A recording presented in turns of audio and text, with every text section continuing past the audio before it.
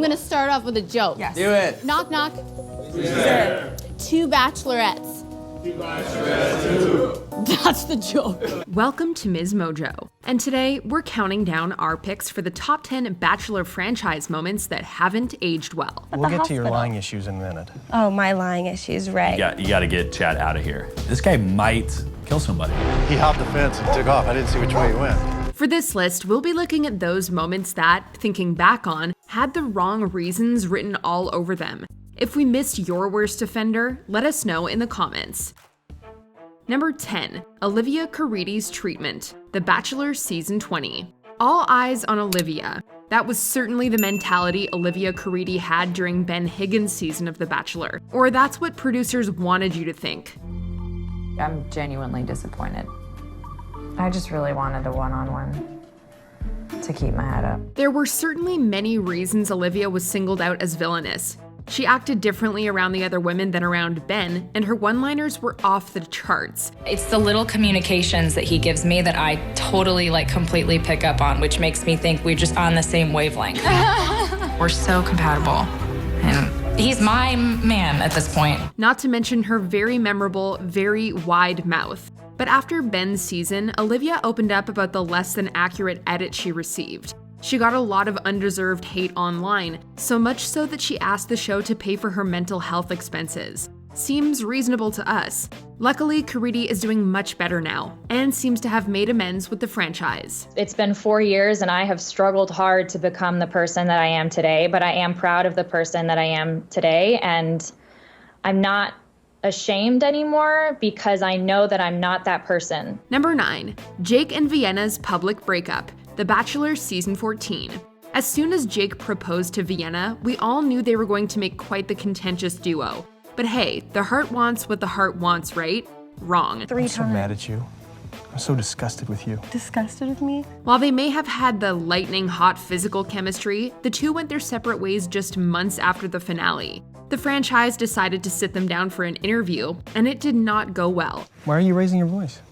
Because you are the biggest fake liar I've ever met in my entire life. The two yelled, called each other names, and said some of the nastiest things we've ever heard for the entirety of the interview. We'll get to your lying issues in a minute. Oh, my lying issues, right. You are a fame whore is what you are. And that was the entire reason that this entire thing happened. That's it. Chris Harrison, who moderated, later said he didn't expect the pair to get as angry as they did, but perhaps the breakup was way too fresh to show it on national television? Just a thought.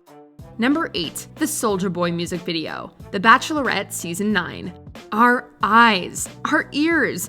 We never wanted to see any of these boys crank anything. During Desiree's season, she took one of her group dates to meet rapper Soulja Boy and make a video. But little did the contestants know, fans got a sneak peek of the date before it even aired.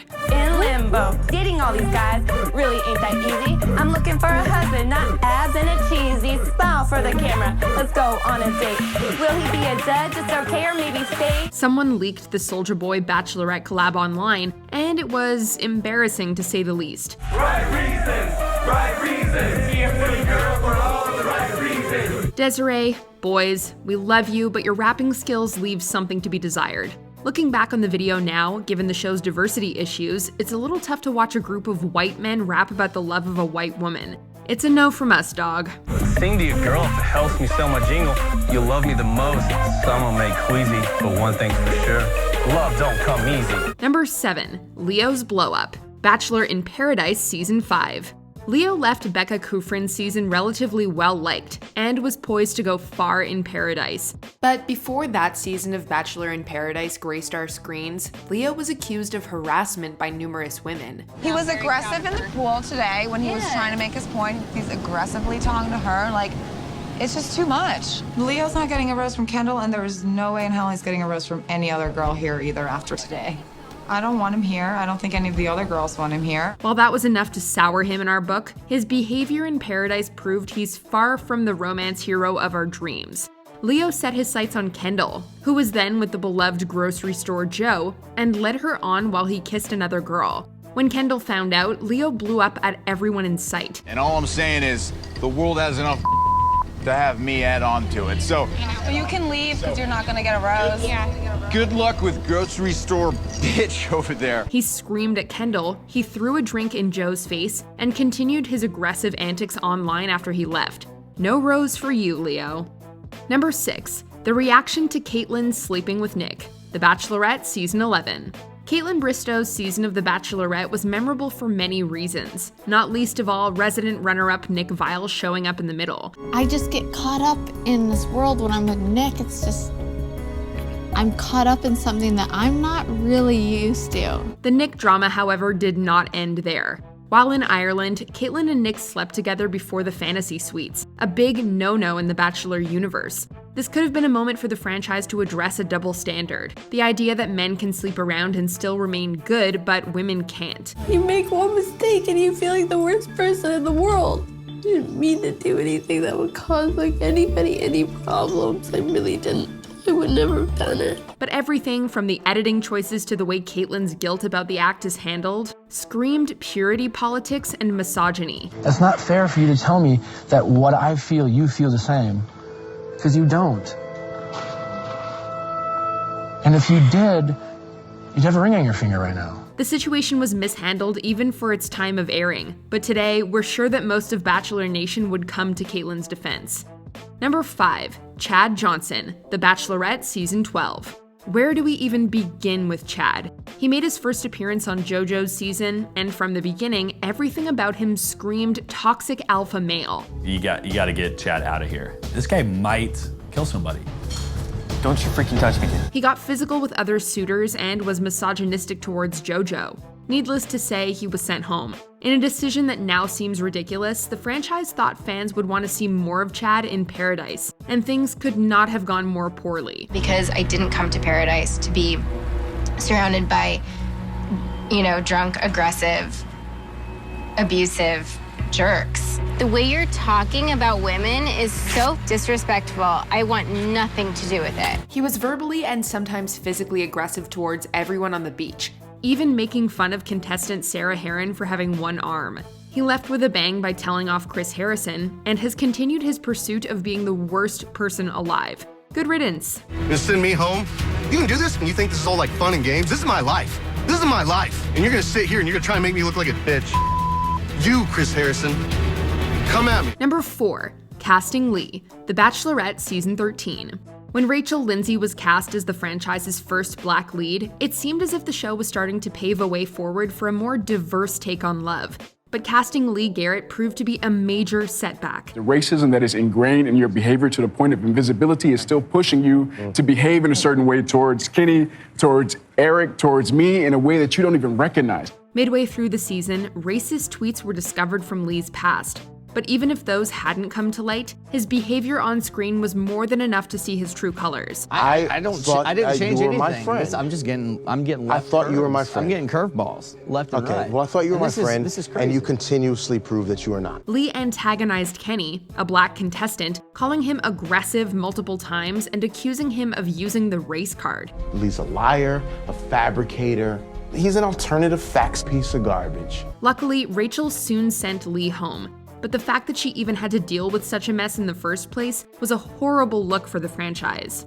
Number 3. Two Bachelorettes, The Bachelorette Season 11. You might not remember, but Kaitlyn Bristow's season was almost Britt Nilsson's season. And that brings us to maybe the worst season premiere in history, the one with two Bachelorettes. Knock, knock. Two Bachelorettes.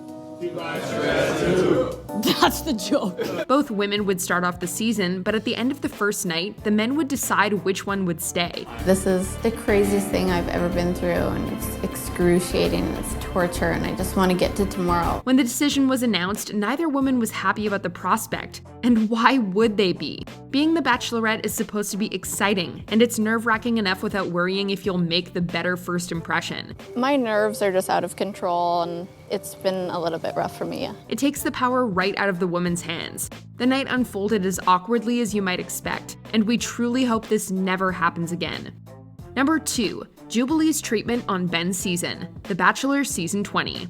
The Bachelor franchise has a difficult history with race, to say the least, and Jubilee Sharp's time on Ben Higgins' season is a perfect example of how much the show can go wrong. When Jubilee arrived on the season, she was quickly singled out by most of the other women for reasons that felt racially motivated. I hate drama.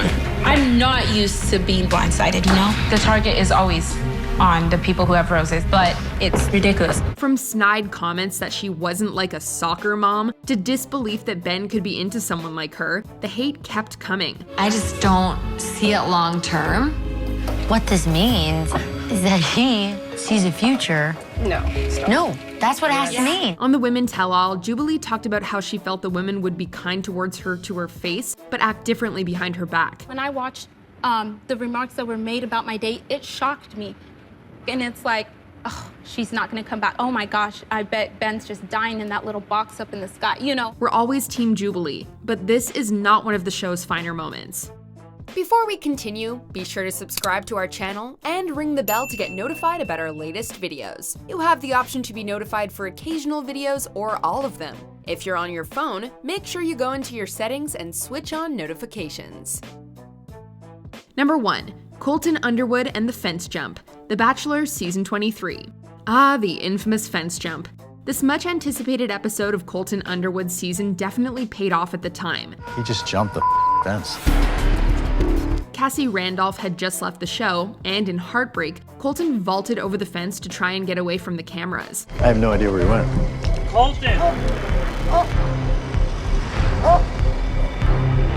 He hopped the fence and took off. I didn't see which way he went. Eventually, Cassie came back and the pair decided to date instead of getting engaged. But in light of recent revelations about their relationship, the moment plays differently now. 3 months after the couple split up, Cassie filed a restraining order. Among other things, Cassie claimed Colton put a tracking device on her car. Knowing this, and knowing how reluctant she seemed to get married in the first place, the fence jump just doesn't seem as momentous as it once did. I feel bad about how it went and how he reacted. And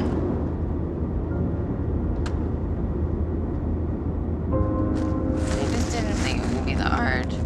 Do you agree with our picks? Check out this other recent clip from MsMojo and be sure to subscribe and ring the bell to be notified about our latest videos.